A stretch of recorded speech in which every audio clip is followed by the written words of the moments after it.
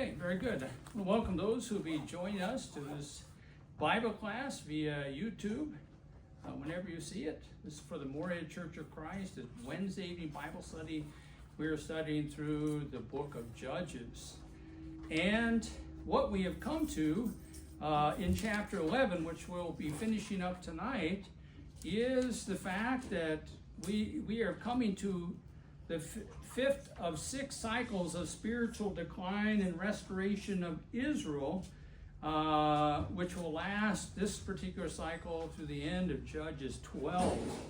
Beginning at Judges 10 through 6 and following, the writer begins sort of telling us about this cycle. And we know essentially the idea is God's people sort of have this bad habit of being faithful, then kind of spiritually decline, falling into sin, practicing sin. God allows their enemies to be stronger than they are and to bring them under oppression. And then they cry out to the Lord, and the Lord sends a judge to deliver them.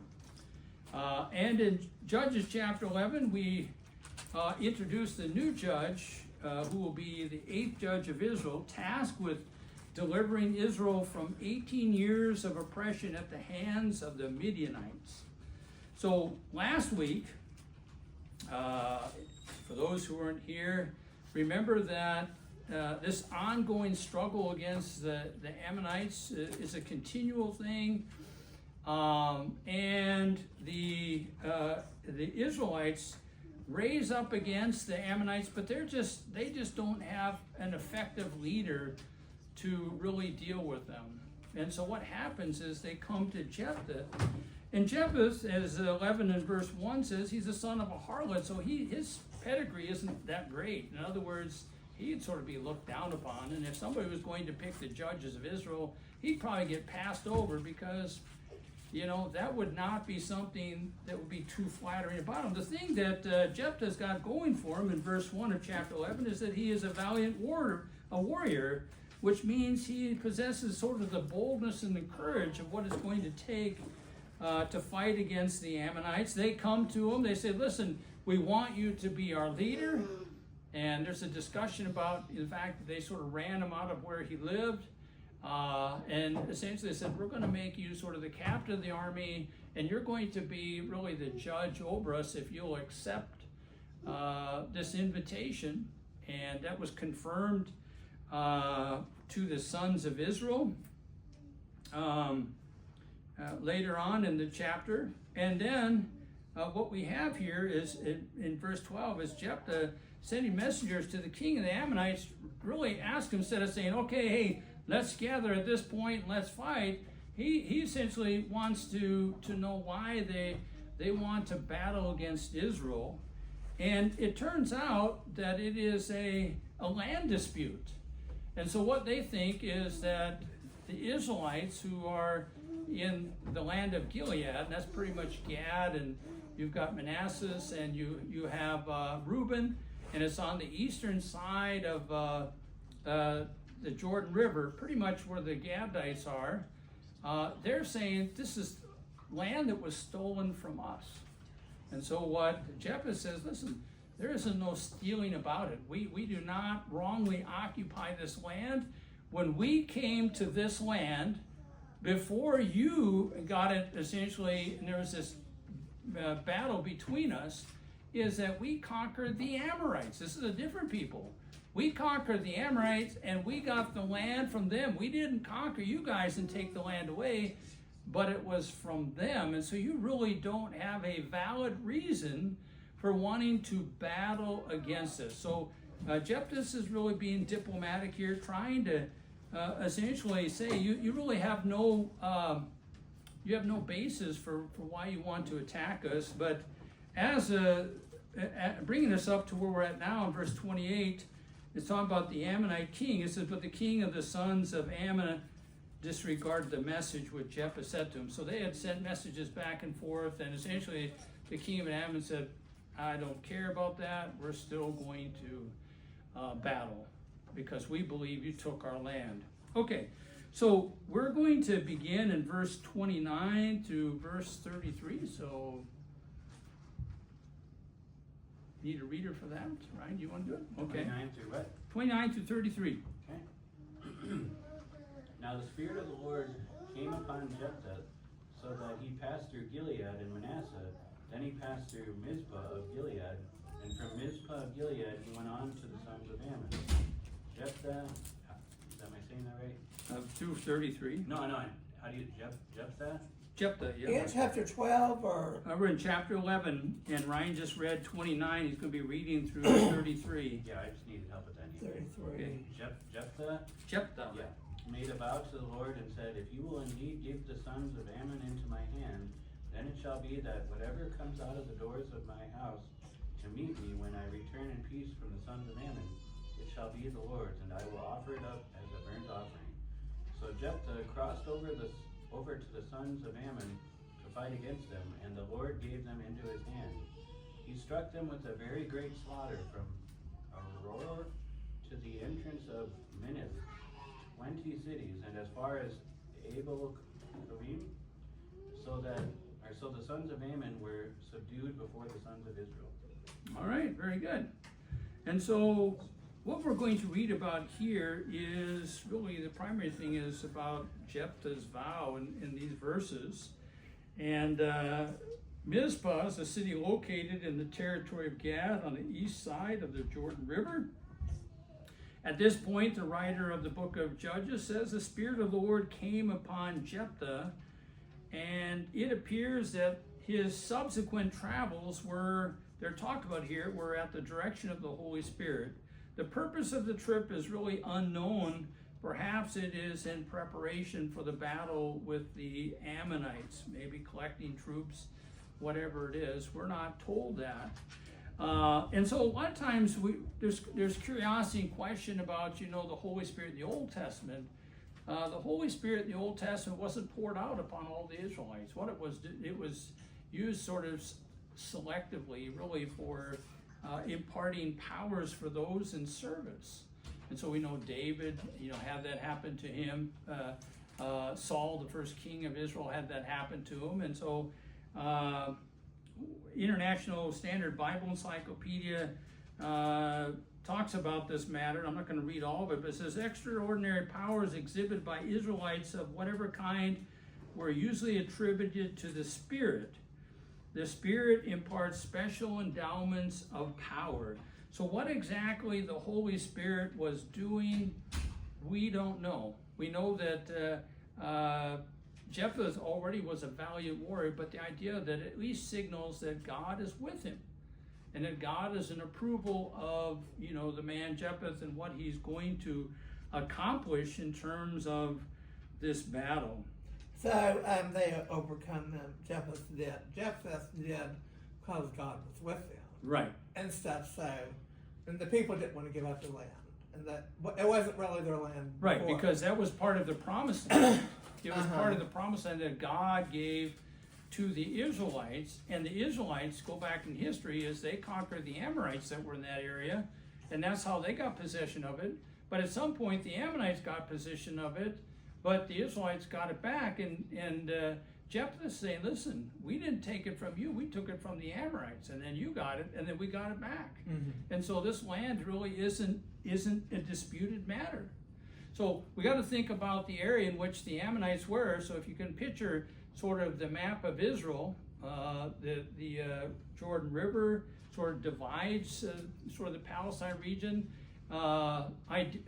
Originally, all of the Promised Land was going to be on the western side of the Jordan River, but after God's people came up on the east side and started conquering the peoples, there was a request by these tribes essentially to claim that as their territory. And so that's how they settled on the eastern side of the Jordan River. And anyway, looking at verse 30, it said, Jephthah made a vow to the Lord and said, if you will indeed give the sons of Ammon into my hand. And so what he is doing is saying that I am going to make you a promise, a solemn promise, that if you do this, that I will do that. And Nelson's Illustrated Bible Dictionary talks about this, and it says, all vows were made to God as a promise in expectation of his favor, Genesis 28 verse 20, or in thanksgiving of his blessings, Psalm 116, 12 through 14. Vows must be paid to God in the congregation or the tabernacle or temple, Deuteronomy 12, 6 and verse 11, Psalm 22 and verse 25. The key thing about vows were they were voluntary. And so the idea is you didn't have to make a vow. And so we're not sure exactly why people took vows other than the idea that God talks about it. So you took it in his name. It was honored to him. And if we look at what I said earlier, the idea is it was made to God in promise of expectation of his favor.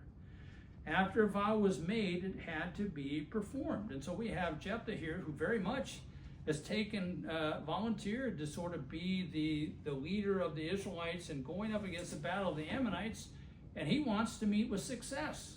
He's a confident man, but he obviously feels that it's going to take more than that. He wants essentially the assurance of God that if he makes this vow, that if God does this, then he is willing to do something in return for fulfilling that vow. Any questions about a vow? Okay. Well, it's kind of like today, you know, Christians, you know, they're saved. It's like taking an oath. Yeah, well, Yeah. you take an oath when you're saved, you know, Yeah. and stuff, keeping your word, you Right. know. God's will give you grace through Jesus Christ, and to be obedient, you Right. know, not to be partial in your ways Right. and stuff. You got to make God halfway all the Right. time and stuff. Even when times get harder, trials, tribulation, storms, you know, Sure. and to keep praying, you know, because to not grow weary and well doing. Yeah, amen. Verse 31, it says, then it shall be, this is Jephthah saying, okay, so if you give me this victory over our enemies, the Ammonites, it shall be, verse 31, that whatever comes out of the doors of my house to meet me, when I return in peace from the sons of Ammon, it shall be the Lord's, and I will offer it up as a burnt offering. And really here it's talking about peace from the sons of Ammon. The Hebrew word here in the Brown Driver Briggs Hebrew English lexicon means peace from war. Burnt offering, according to Nelson's Illustrated Bible Dictionary, is a kind of offering was described as that what goes up to God. It was termed whole, like the whole, whatever the sacrifice was, Leviticus 6:22. Because the entire offering was to be burnt upon the altar. And Kyle and Delitzsch, I like what they had to say at this verse here in the commentary of the Old Testament book of Judges. They're quoting another man's work in their commentary, a P. Castle in Herzog's Real Encyclopedia. And here's what they quote here. In his eagerness, they're talking about Jephthah, in his eagerness to smite the foe and to thank God for it, Jephthah could not think of any particular object to name. So the idea is that came through his door. He couldn't think of any, okay, to name, which he could regard as great enough to dedicate to God. He therefore left it to accident, that is, to the guidance of God to determine the sacrifice essentially that he would take. He shrank from measuring what was dearest to God and left this to God himself. So that's kind of an interesting thought in relation to why, Jephthah is not really saying specifically what he was willing to sacrifice as a burnt offering to God. Okay? Verse 32 says, so Jephthah crossed over to the sons of Ammon to fight against them, and the Lord gave them into his hands. So you got to again picture that map of Israel, that ancient map of Israel. Remember that on the eastern side of the Jordan River, you have West Manasseh, you have Gad, and then you have Reuben. And on the east side of Gad is an area in which the Ammonites exist. So when it talks about they crossed over to the sons of Ammon, they essentially went over into their territory and really took the fight to them. And the Bible writer says, and the Lord gave him into his hand. In other words, they defeated him, which would be stunning because they were under oppression from these guys for some 18 years. And so they go into it. Obviously, the Lord is with them. It doesn't matter how many armies you have, as we've discovered in with Gideon and others in here, how many chariots they had. The idea is that if God is with you, you're not going to be able to prevail. You're not going to be successful. And so Jephthah goes into battle, and he comes out victorious. The idea that the Lord gave it into his hand is really the idea that he overpowered them and he defeated them really on their own turf. Okay, any questions about verse 32? Verse 33, about Jephthah, he struck them with a very great slaughter from Aroer to the entrance of Minnith, 20 cities as far as Abel Keramim.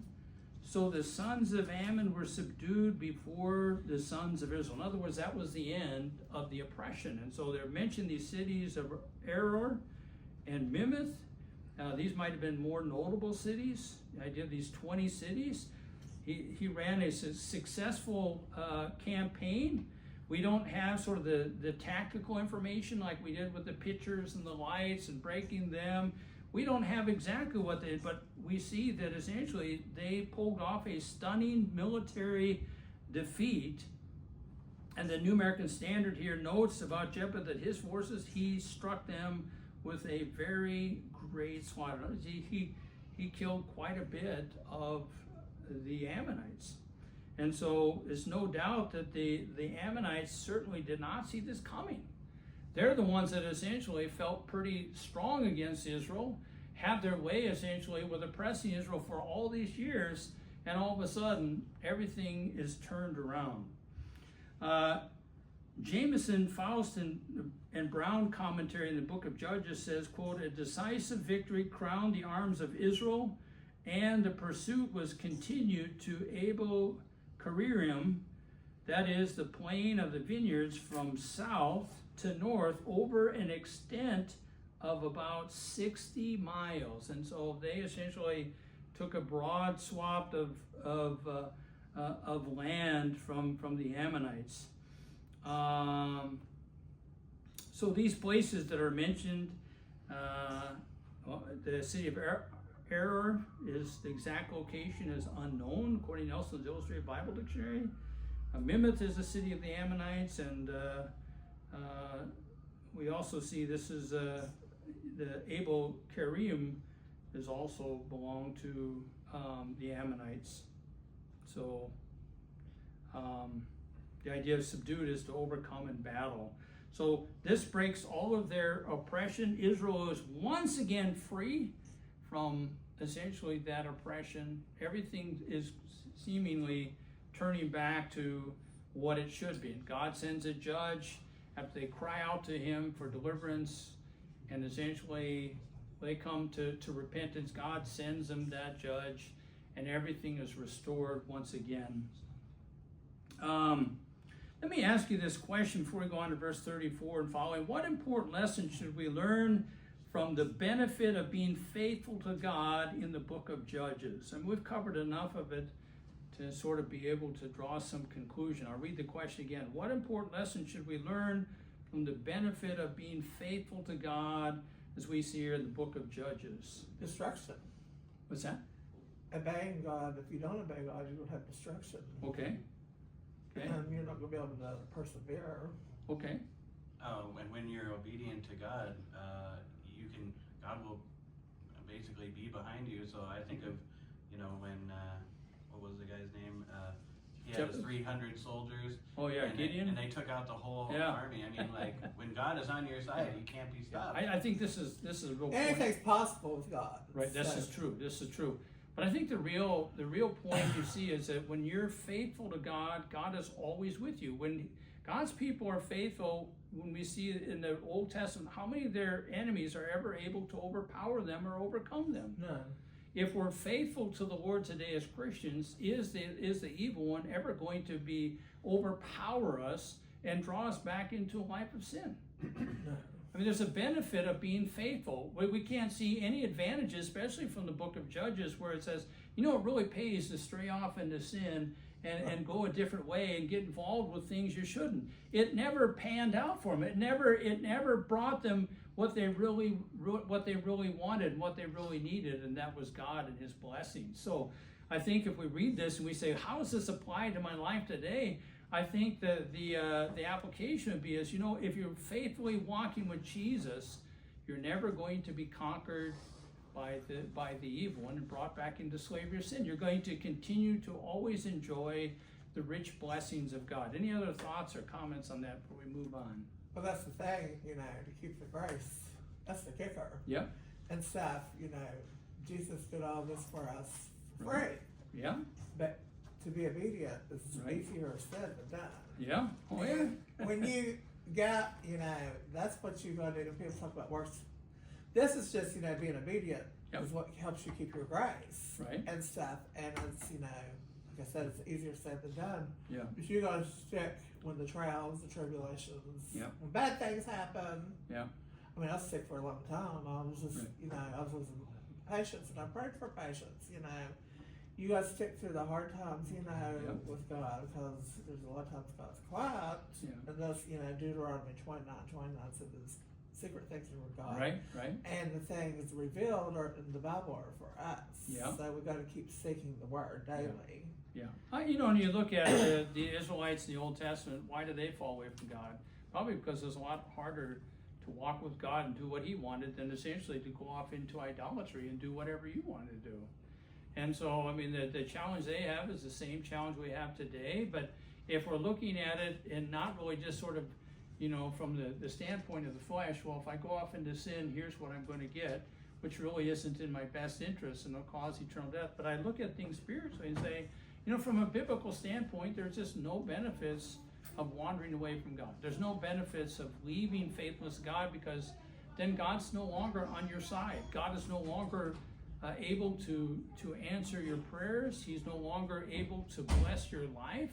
And from More fear. Right, from a spiritual standpoint, there's just no benefits at all. Yeah, absolutely. Worry, fear, all that stuff happens once you start disobeying God. You have all these things that you're going to worry about. Yeah, and because you're on your own now. You're on your own. I mean, Yeah. anything can happen.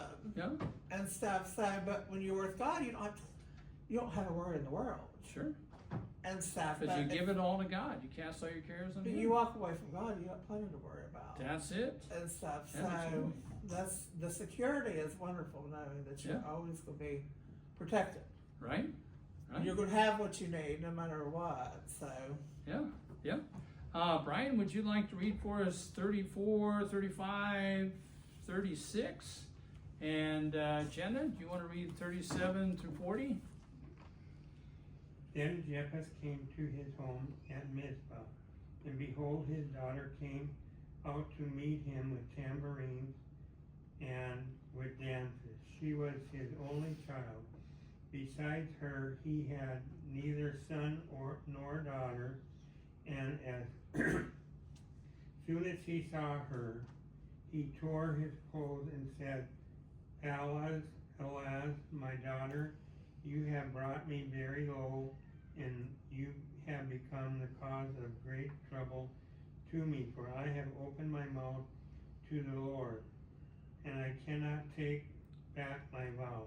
And he said to him, My father, you have opened my mouth to the Lord. Do to me according to what has gone out of your mouth. Now that the Lord has avenged you on your enemies, on the Ammonites. And she said to her father, Let this thing be done for me. Let me alone 2 months, that I may go to the mountains and weep because of my virginity, I and my companions. Then he said, Go. So he sent her away for 2 months, and she left with her companions and up in the mountains because of her virginity. And it came about at the end of 2 months that she returned to her father, who did to her according to the vow which he had made, and she had no relations with the man. Thus it became a custom in Israel, that the daughters of Israel went yearly to commemorate the daughter of Jephthah the Gileadite 4 days in the year. Okay. So this is interesting that, you know, the story was really about, you know, the next judge, Jephthah conquering the Ammonites. Jephthah says this vow, and so this really draws the attention of the Bible writer to really, explore this, and really, not only did Jephthah, the idea that he uttered this vow, but that he kept this vow. And this is what's going to be something that we're going to have to really deal with, because there will be some people that will say, look what Jephthah, did to his daughter. He offered up as a burnt offering. I mean, a human sacrifice to God, okay? So it's important that we understand exactly really how to look at this. And you'll notice here in verse 34, going back there, it says, when Jephthah came to his house at Mizpah, behold, his daughter was coming out to meet him with tambourines and dancing. Now she was his one and only child. Besides her, he had no son or daughter. This is his only child. And so we sort of see the reaction of Jephthah. It's probably understandable. This is his only child. But a little bit about the dancing here. A lot of times when we're talking to young people today about dancing, sometimes they'll say, well, you can read about dancing in the Bible. The problem is that the dancing of the Bible is different than the dancing that young people would engage in, a boy and a girl going to a school dance or something like that, or prom. The dancing of the Bible was, and I'm reading this from Nelson's Illustrated Bible Dictionary, is a way of celebrating joyous occasions. And indeed, dancing became a symbol of joy. So the idea of the daughter coming out and dancing this is a time for celebration, because God has given us this great victory over the Ammonites. Her father came back, was sort of a testimony of that. And what we see in the Bible here, and I'm going to the same source, is that as far as dancing, excuse me, groups of women danced at celebrations of military victories, 1 Samuel 18, verse 16. Dancing by Israelites was usually accompanied by a rhythmic beating of timbrels or tambourines, Judges 11:34. But here's the thing that I want you to know about the dancing of the Bible and the dancing today. Or should I ask you, what is the dancing of the Bible when you had people dancing the Bible and like a school dance or a prom? What's the difference? Well, dancing together, that creates sexual desires. Okay. That I've read about this. Okay. The single dancing, just dancing, Okay. that does not create the Okay. sexual Okay. and stuff, lust. Okay. But the two people dancing together, that in common sense, that creates lust, that Right. creates a host of problems. So, Right. but David danced. There's several people danced in the Bible, that was. Right. So there all seems to right, be God's different eyes, purpose, right? Huh? Right, there's a different purpose. They were dancing in joy and celebration.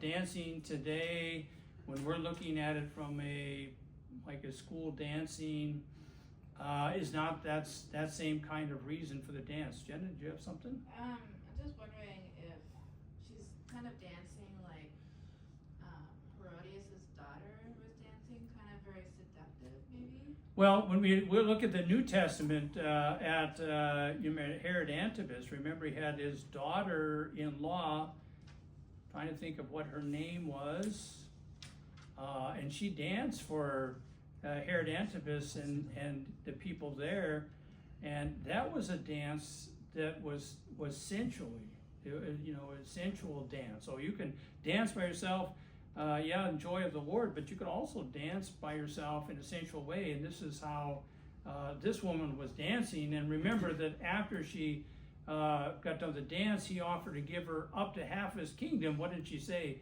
Give me the head of John the Baptist on a platter.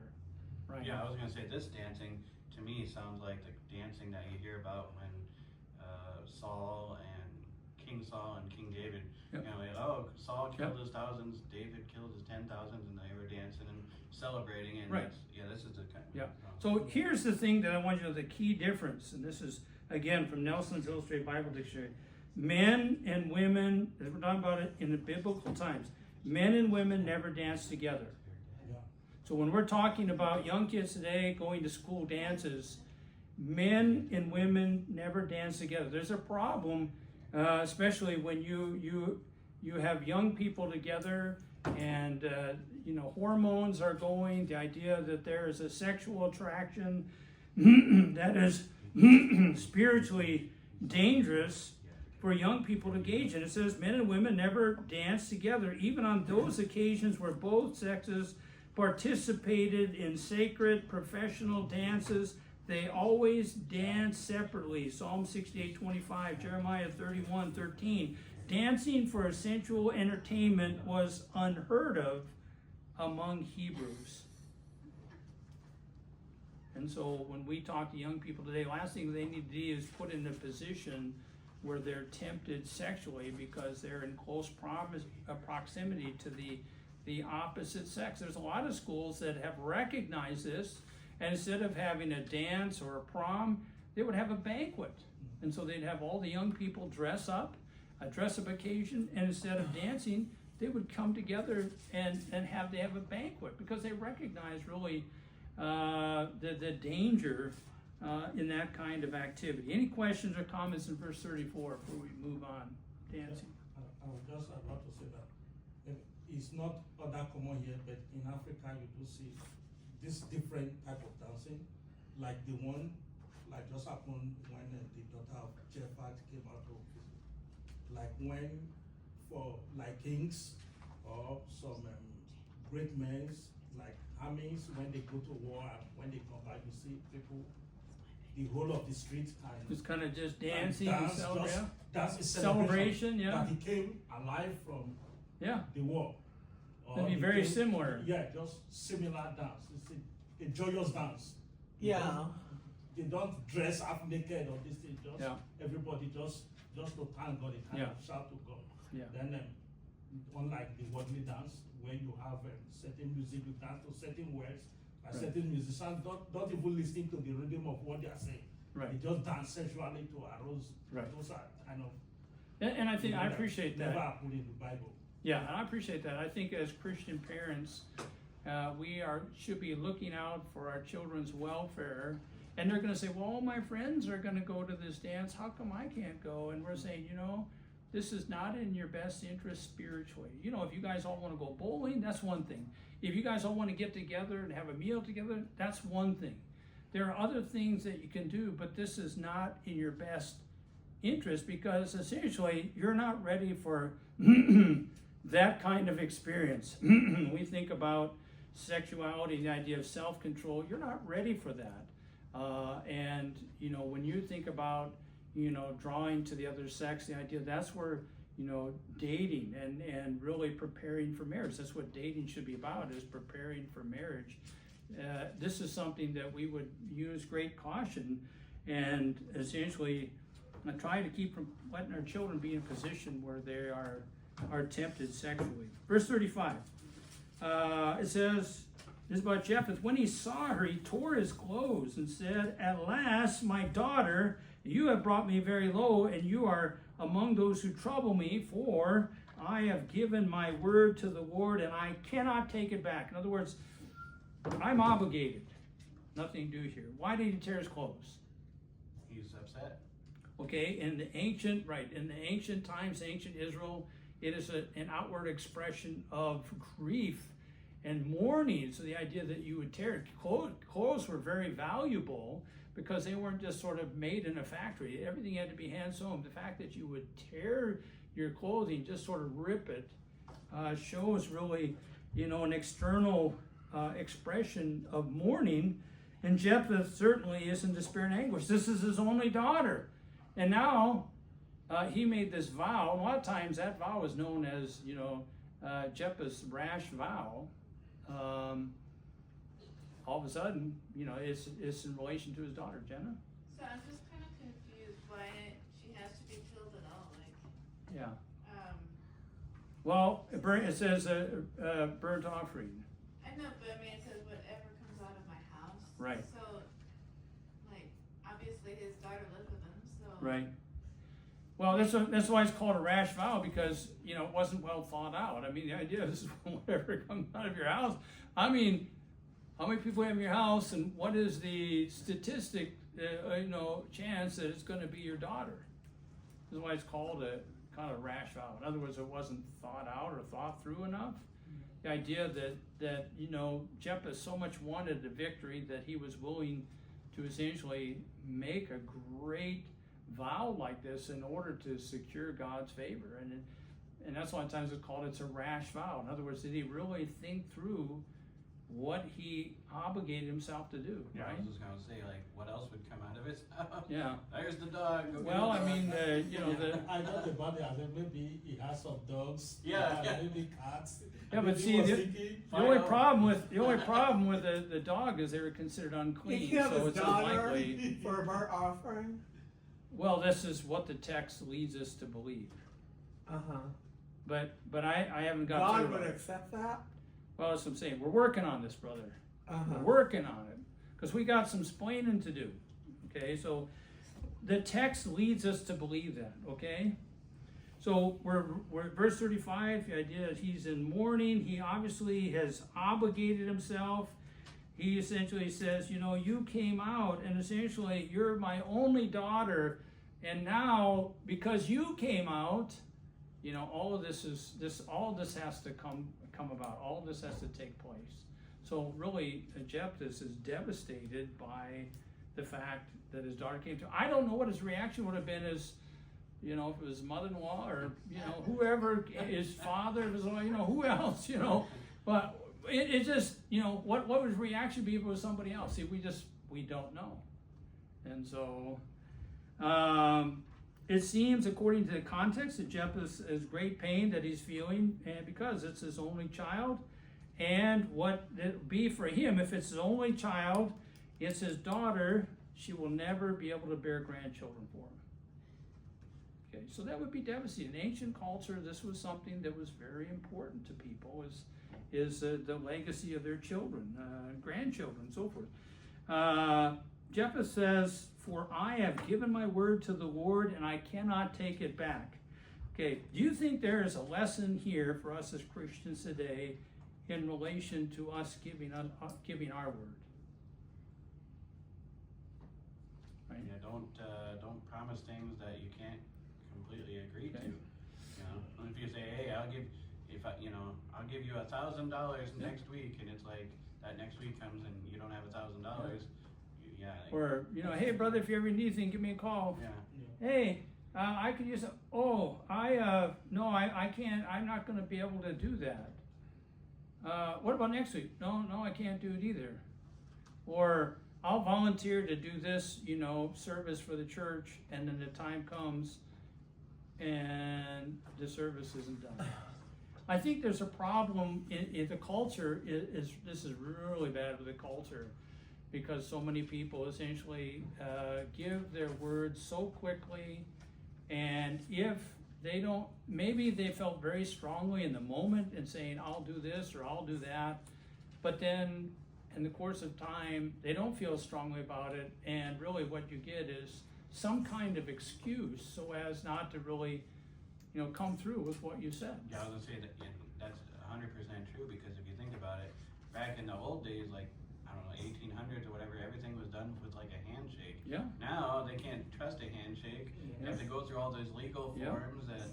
Yeah. Do you have that in your country where how they do business? Do they have to use paperwork and all that, or are they able just to shake on it? I And, think depends. Most it depends on, like when we were growing up, basically you can just do transaction with sitting down and saying it with our mouth. We both agree.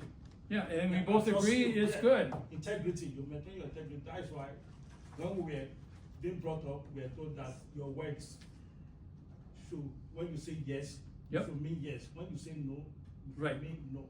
People Right. should take you by your words. Right. When I tell you I'm gonna be here by 4 o'clock, Yeah. I should be able to make it by 4 p.m. If Sure. if I will not be there, I should be able to give you a call Yeah. beforehand. I will be so minutes late. Yeah. Yeah, people should take Yeah. you by your words. When you say yes, Right. people should mean yes. But Yeah. over the time, as the world is changing, people Yep, people change too. People change Yeah, too. and not always. So now the issue of, oh, you want to buy this land? Okay, let me call my lawyer. Oh. Let us put something down. Yeah. You sign, I sign. At least some people, they don't actually go to the extent of even going to the court or employing the service of a lawyer. We can just draft a note here. Okay. I sign, you sign. We make it 2 copies. You hold one, I hold one. Okay. Just something to hold in future that when you deny ever giving me this stuff, I should be able to present it that this Okay. is what was actually done. So Yeah. it's done. Yeah. It's done.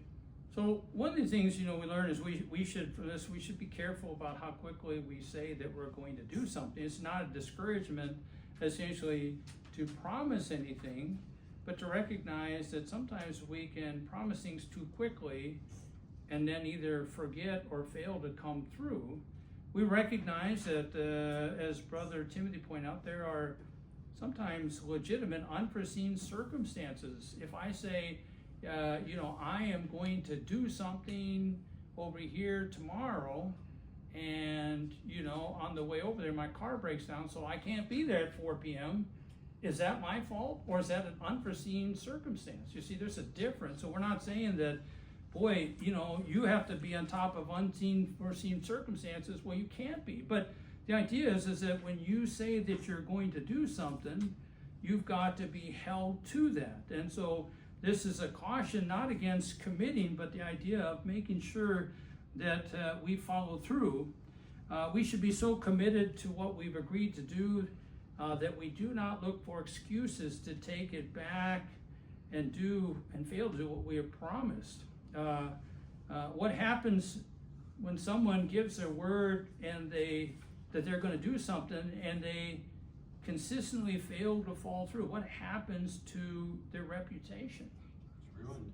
Right. Okay, essentially you're destroying it. In other words, people aren't going to believe you. Say, oh yeah, I'm going to do this, and basically you have to wait and see if they come. I mean, you can't count on them. They're so unpredictable. Maybe they'll say they're going to do it and they come, and other times they say and they're not going to come. And so the idea is I can't really have confidence in what this person is saying because they don't always follow through with what they say. You'll recall that Jesus in Matthew 5:33 spoke out against those who were making false vows. And his final assessment in this passage is that our word alone should be all that is needed to assure others that whatever we say we will do or not do is good enough. So if we say, yes, I will do that, we're not going to say, well, I never promised. Well, if you said, yes, you did promise. You said yes. Okay? And so Jephthah really made a vow to the Lord, and he seemed determined, because he had made that vow, as difficult as it was to follow through with what he had promised God to do. And that is a notable characteristic of him, at least in terms of, I promise to do something, I'm going to follow through with it. We look at ourselves in the world, we're supposed to be light to the world, a salt to the earth. If we can't be good about keeping our word, then essentially we're not going to be a light and a salt to anyone, because essentially in the world, that's how people are. If they come through, they come through. If they don't, they don't, and you should just accept it as such. Okay, verse 36. So this is Jephthah's daughter here. It says, so she said to him, my father, you have given your word to the Lord. Do to me as you have said, since the Lord has avenged you of your enemies, the sons of Ammon. So the words of Jephthah's daughters are words of devotion to both their father and to the Lord. God graciously blessed her father with the defeat of their enemies, the Ammonites. And so Jephthah's daughter was content to abide by the fulfillment of her father's vow to the Lord. And we think about the idea of sacrifice there. This is what our lives are about today. As Christians, we sacrifice our lives to the Lord, because when we obeyed the gospel, we, in a sense, vowed to God that essentially we are going to live for him. And so our lives are sacrificial as well. We don't live according to the flesh, but to the Spirit. Verse 37, Jephthah's daughter here said to her father, let this thing be done to me. Let me alone for 2 months, that I may go to the mountains and weep because of my virginity. I and my companions, and of course companions are sort of her maidens, the people that she associates with. And what does it mean here, and weep of my virginity? So you got to think about women from a biblical perspective. The idea is the greatest accomplishment of womanhood was bearing children.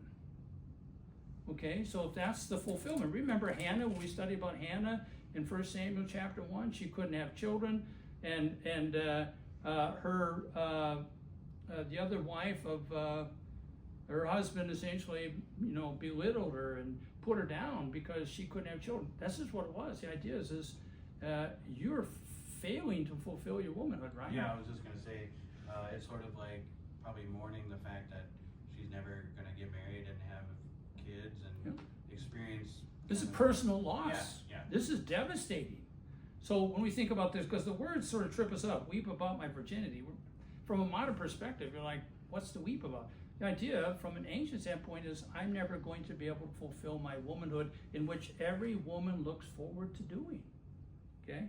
So now we can sort of kind of understand that and why she would have her attendants essentially be there sort of as people that sort of are in her corner to comfort her and be with her in her sort of time of mourning for comfort and support. Verse 38, we're almost out of time, so I'm going to just try to get through the rest of this before we run out of time. In verse 38 it says, then he said, go. So he sent her away, this is Jephthah, his daughter, for 2 months, and she left with her companions and wept on the mountains because of her virginity. And so Jephthah realizes really the heartbreaking loss of his daughter. In other words, she's mourning the loss that she's never going to be able to fulfill her womanhood. He graciously gives her the short period of time that she requested before he has to fulfill his vow to the Lord. Verse 39 says, at the end of 2 months, she returned to her father, who did to her according to the vow which he had made, and she had no relations with a man. Thus it became a custom in Israel. And verse 40 says that the daughters of Israel went yearly to commemorate the daughter of Jephthah the Gileadite for 4 days a year.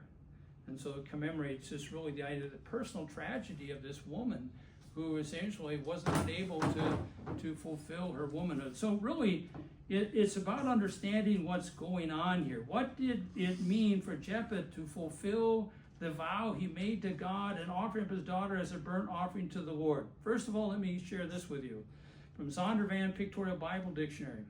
In talking about this, it says, quote, in ancient Jewish authorities and in early Christian fathers, as well as many in modern times, like Martin Luther, hold that she was actually sacrificed. In other words, she was put to death. You know what Abraham was about ready to do, and God told him to do, and he held back the knife?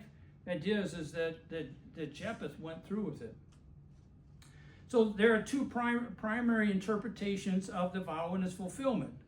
Going to this first one, many interpret the vow as Jephthah pledging to offer up a sacrifice to God, whomever his doorway of his house was literal. In other words, it's going to be a human sacrifice. When Jephthah returned from his home from the victory that God gave over the Ammonites, of course, his daughter came out of the house. It was his only child. She was still unmarried. And so as the interpretation goes, Jephthah literally puts his daughter to death after the 2-month delay in order to fulfill his vow to God to offer up as a burnt offering to him. And so the strength of this interpretation, if it is literally carried out here, he put her to death to offer to God. The strength of this interpretation is that it seems to really best represent what the scripture says here. In other words, when we look at what he said in the vow, it seems just from the reading that it seems like it just the reading itself sounds like the best fit.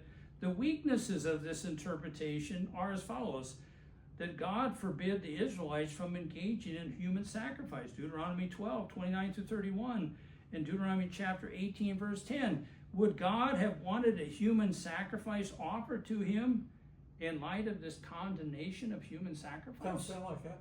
it doesn't seem to go on. In other words, God says, I don't want this. Jephthah says, I'm going to give you this. And in a vow, you It think, sounds like he's sinning. right. So you would think that God is going to say, I would never do this deal. I would never accept this kind of vow. So even though the text seems to sound like that, it doesn't fit with what we see about God forbidding the Israelites to engage in human sacrifice. Second, looking at the text here in verses 38 to 40, what are Jephthah's daughter and her companions mourning about when they go off for 2 months? She's not gonna have a life. Okay, essentially that is mourning of virginity. I'm never going to fulfill my womanhood. Well, if you're going to be put to death, why would you be mourning your virginity? That you're never going to fulfill your womanhood. You see what I'm saying? Why you'd be like, I'm going to get put to death here in a couple months. Let's come together and Even though if you were caught having sex without marriage, a virgin, you were to be put to death. Well, if the woman didn't cry out, that's true. If the woman did not cry out, if she was being raped, and she didn't cry out, then she would be put to death as long as the man. So does she not cry out? But what I'm saying is this it's nothing about having sexual fulfillment here. Just mourning the fact that she's not going to ever be a wife and a mother. Okay, my whole point is that she's not saying, ladies, come on, let's go out and mourn. I'm going to die in 2 months. She's mourning over the fact that she's never going to be a mother. Okay, so we're just putting this out here for consideration. She'll never be married, never have children, and if she was to be put to death in 2 months for a sacrifice to the Lord, why were they not mourning the end of her life instead? If it is the case that Jephthah actually murdered his innocent daughter to fulfill his foolish and rash vow to God, it means that, as Ricky pointed out, Jephthah sinned against God because they're not supposed to do that, okay? His sacrifice of his daughter does not necessarily mean, if he did that God approved of this action. For those who are critical of the Bible, just because it's mentioned in the Bible doesn't mean that God's on board with what people do all the time, okay? That God would accept it. It merely is recorded as a matter of fact of what happened. Also, if Jephthah literally murdered his innocent daughter in order to sacrifice her to God as a burnt offering, we should not understand what the Hebrew writer says and mentions Jephthah in Hebrews 11 verse 32 of a man of faith. He's not endorsing the act, if that's what the case was there. When Moses came off the hill and they were sacrificing to the golden calf, people's kid. Well, not there. They were just worshiping the golden calf. But he had them or something had them killed because they were making sacrifice. Yeah. Well, they're saying whoever's on the Lord's side, come over here. And everybody who stayed over there, they said, take up swords and go put those people to death. But you can't sacrifice a human life. Right. God didn't allow it. So that happened in pagan culture with the god of Chemosh. The idea that would be something that they involved themselves with child sacrifice. That would not be approved of God. My whole point here is that if supposedly he literally sacrificed his daughter, even though he's mentioned in Hebrews 11, he's not being commended for a sinful act, just like any of the others mentioned there. They're not being commended for a sinful act they may have done. They're being commended for people having a life of being faithful to God. What would have happened to that woman? You think she would have went to hell and got killed? The daughter? I don't know. She was innocent. Yeah. Yeah, she was innocent. So the second thing we want to look at, the weaknesses of interpretation, is that there's no hint in verse 31 that Jephthah's vow is to be understood figuratively, that the offering up to God as a burnt offering was to be spiritualized or figurative. I skipped a huge chunk. I'm sorry. Okay, the second interpretation of Jephthah's vow is to be understood figuratively. So you have the literal understanding, and you have the figurative. In other words, whoever came through the doorway of Jephthah's house when he returned would be dedicated to God for the rest of their lives. This goes back to sort of Samuel. Remember when Hannah wanted a child?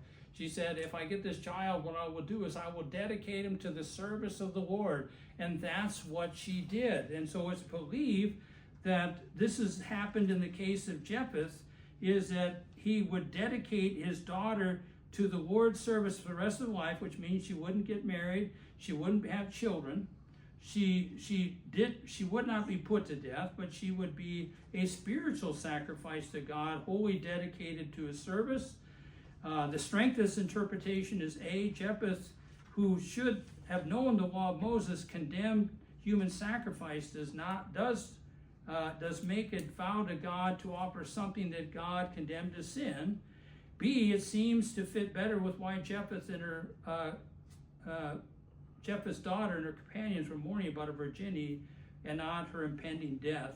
The weakness of this interpretation is that there is no hint in verse 31 that Jephthah's vow is to be understood figuratively, that the offering up of God as a burnt offering is to be spiritualized. And so it is a tricky interpretation, but it seems to be that this is to be understood figuratively in light of the fact that God would have been opposed to this, that the fact that you would make such a vow to God of something that he's against just doesn't, it just does not fit with the whole of what the Old Testament would have said.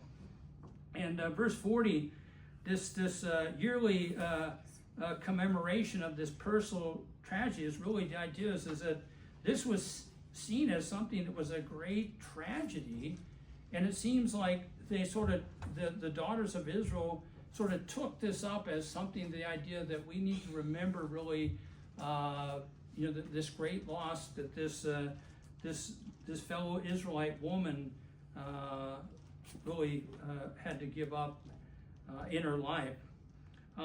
Nelson's Illustrated Bible Dictionary, and I just want to finish with this, talking about Jephthah, says, quote, Jephthah was a man with remarkable abilities of leadership. In spite of rejection by his family, he exercised his many talents and rose to a position of great authority. And so sometimes we might think, well, I don't have much going for me in life. I don't have the accomplishments of others.